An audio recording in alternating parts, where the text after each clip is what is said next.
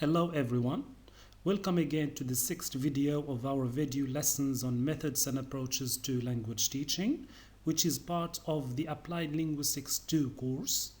Today we are going to talk about post-method pedagogy. In this video, we are going to try to answer the following questions. First, what is post-method pedagogy? Second, what is the problem with the concept of method? And why should we go beyond method? Third, how does post-method pedagogy differ from methods and approaches? Number 4, what are the characteristics of this post-method pedagogy? 5, is it the same as eclecticism? And final question is, does this mean that we have come to the death of method? Now, let's start by providing a definition of what post-method pedagogy is. According to Komaravadivlu, post-method pedagogy is not another method. It is an alternative to method. It is a way of teaching that rejects using techniques, procedures, and theoretical assumptions of any given method in the teaching-learning process. It appeared as a result of the growing dissatisfaction with language teaching methods and approaches which dominated the scene in the 70s and 80s of the 20th century. Post-method pedagogy is based on the outcome of several studies that observed teachers in their classrooms and concluded that the actual practice of teachers in language classrooms do not conform with any of the methods known in the history of language teaching. These studies found out that teachers tend to be more intuitive and eclectic in their teaching practices in order to compensate for and avoid the limitations of methods. Therefore, the whole notion of method has been put into question for several reasons, as we are going to see in the following slides. What is the problem with the concept of method? Well, researchers have pointed out to several limitations of methods, including the most importantly striking mismatch between theory and practice. In fact, a huge gap lies between what methods say in theory and what is actually practiced in the real-world classroom. For instance, the audilingual method claims that its main objective is to help learners gain native-like proficiency, while in reality, very few learners can achieve that unrealistic objective. The silent way requires the use of silence as a key element in the teaching-learning process, but it forgets that a language is learned through social interaction, which is totally the opposite of silence. The total physical response postulates that actions, gestures, and drills are the primary drive to learning, while in reality it is observed that language learning requires cognitive and metacognitive strategies that transcend mere mechanical drills. In short, no language teaching method can stand alone. Each language teaching method represents a discrepancy between its idealistic theory and its actual application in the real-world classroom, be they at the level of objectives, materials, procedures, teacher roles, learner roles, or even at the level of activities. Another form of criticism that is often leveled against method is related to the top-down relationship between the theorist and the teacher. This simply refers to the fact that people who provide the theory of method are not usually the ones who practice and apply it in the real-world classroom. Thus, one can say that methods are essentially prescriptive, since theorists often prescribe what teachers should teach and how they are expected to teach it by imposing a set of activities, procedures, materials, and roles in order to achieve a set of predetermined learning objectives. The problem is that these theorists often have very little insights about the particularities and specificities of the teaching-learning context in which teachers work. Another limitation that is seldom stressed concerning method is that no method is complete. There is always a missing piece that burdens teachers and make them think about alternative ways of completing their tasks. For instance, in the total physical response, the reading and writing skills are missing. In the silent way, speaking and listening skills are missing. In the strong version of the communicative language teaching, grammar practice and vocabulary explanations are missing. In the audiolingual method, learners' emotions and feelings are missing. In the standards-based language teaching, procedures, activities, and roles are missing. Thus, teachers are consequently and in constant search for ways to compensate for these missing parts. Another problem that is often associated with methods is related to their inconsistency. Methods often hold paradoxical views about various aspects of the teaching-learning process. Some methods, for example, focus on teaching grammar, others totally ignore it. Some methods teach only listening and speaking and ignore reading and writing. Others integrate the four skills. Some methods use textbooks, others don't recommend using textbooks. Some methods are teacher-centered, others are learner-centered. Such dichotomies are puzzling, perplexing, and often confusing to teachers and learners alike. One of the pitfalls of methods is that they often have a rigid structure. In fact, methods often dictate and prescribe a set of activities, materials, procedures, roles, techniques, and strategies which teachers and learners must use in a particular sequence with a beginning and an end to achieve a predetermined set of goals. Teachers are required to use these instructions strictly with very little room for innovation, improvisation, and freedom of intervention. One final problem that is attributed to method has to do with its globalized nature. A given method is created to meet the needs of teachers and learners of the area in which it is designed and tested. However, upon its success, the method is then advertised and globalized all over the world without taking into consideration the sociocultural specificities of the new area in which it is going to be used. The fact that a method has succeeded, for instance, in the United States or in England or in Germany, does not necessarily imply that it will succeed in other parts of the world, for instance. A Chinese minister once said that for English language teaching in China, we need a method that is Chinese, a method that respects a sociocultural singularity of the local people, not one that is a threat to the local sociocultural values. We have been talking about the limitations of method, and we have succeeded in listing a number of these limitations and problems. So now, the question is, what is the alternative? And how does this alternative differ from methods? Post-method pedagogy presents itself as an alternative to method for three main reasons. The first reason is that post-method pedagogy is often described as a pedagogy of particularity.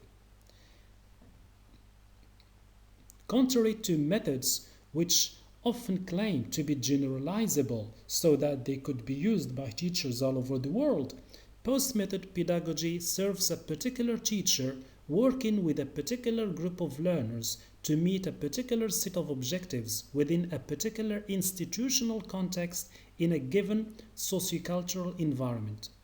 In this regard, post-method pedagogy cannot be generalized on national or globalized to international levels, since each teacher teaches a totally different environment which requires a teaching style that is particular and unique. Post-method pedagogy is built on the assumption that what works for a teacher may not always work for another teacher, and sometimes what works for the same teacher with a group of learners may not always work for the same teacher with a different group of learners. Each teaching and learning experience is unique and particular and has to be dealt with as such.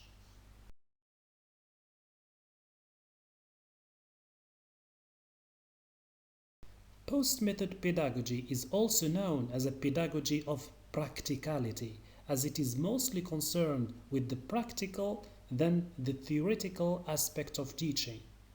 Post-method pedagogy tries to bridge the gap between theory and practice, and hence between the theorist and the teacher, by adopting a paradigm that encourages teachers to theorize for their practice. Thus, in this perspective, a teacher is both a practitioner and a theorizer. The only difference is that the teacher's theory is informed by the practice and experience. Post-method pedagogy in this regard allows the teacher to theorize for their practice and practice what they theorize.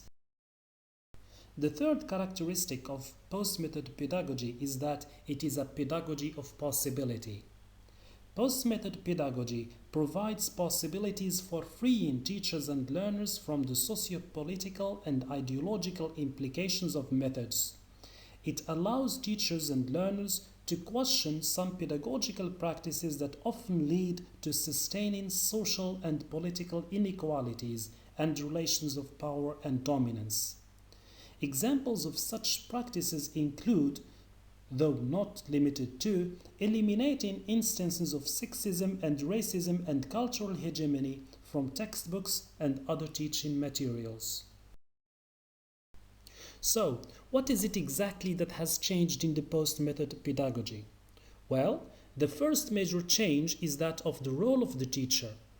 Within traditional method, the teacher was mainly a practitioner who applies what theorists have prescribed in terms of procedures, activities, goals, techniques, strategies, and roles. In the post-method pedagogy, the teacher has gained a great deal of freedom, autonomy, and responsibility.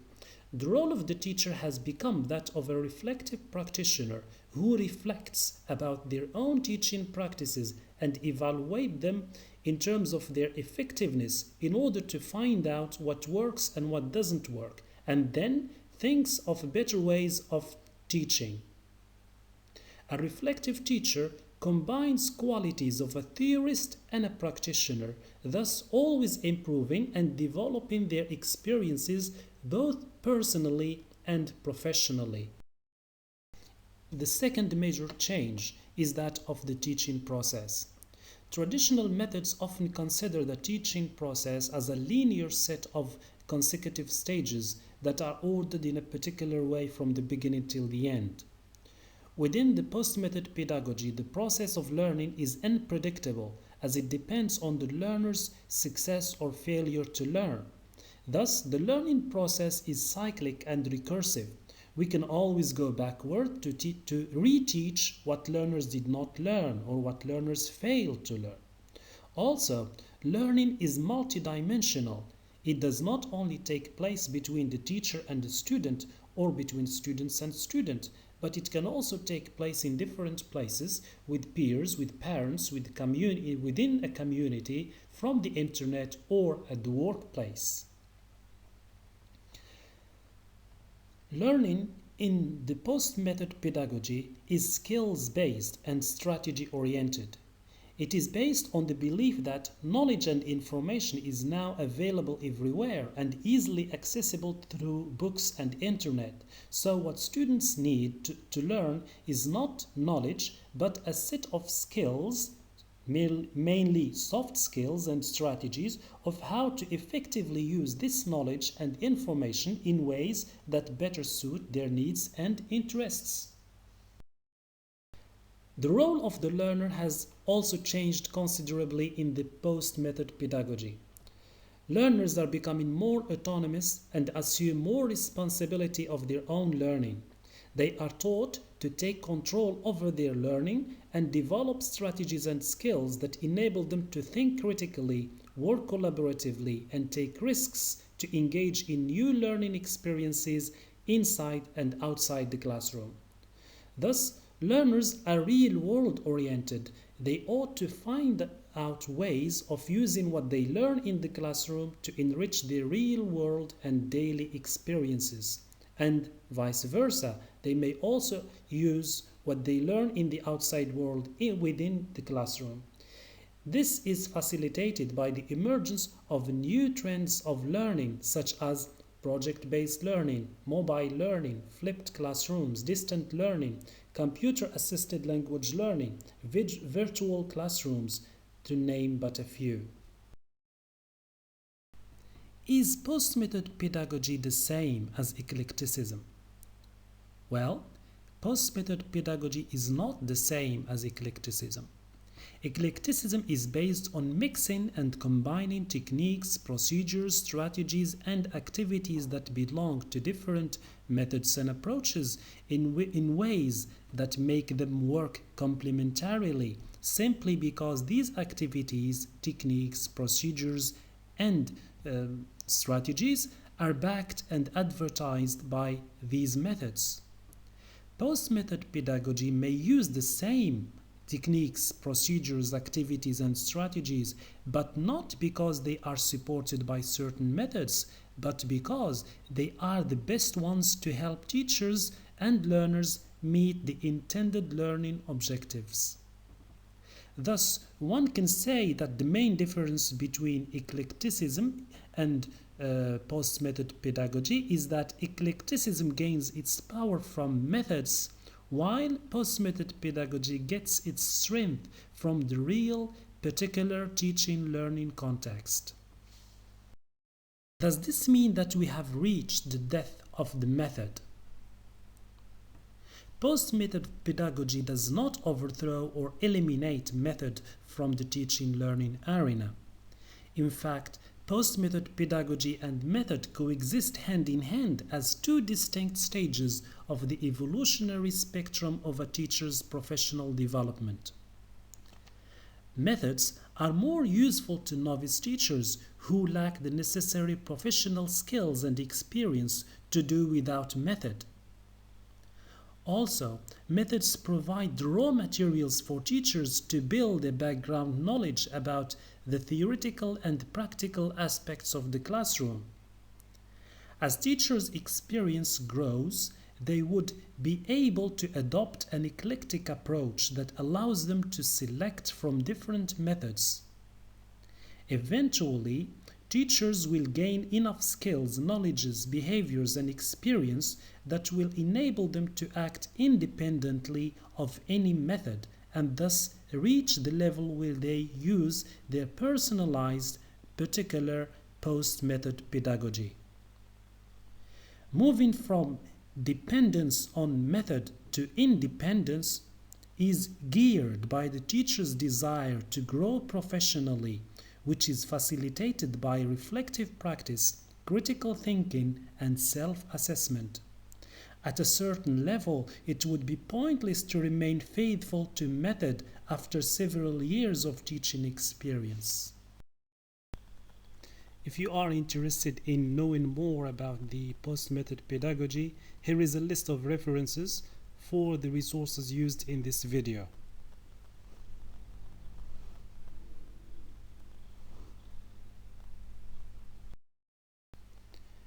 This is to remind you that further exercises, materials, textbooks, mock exams are available at this link. I have already provided a video that explains how to access the websites. It's embedded here. Thank you for your interest.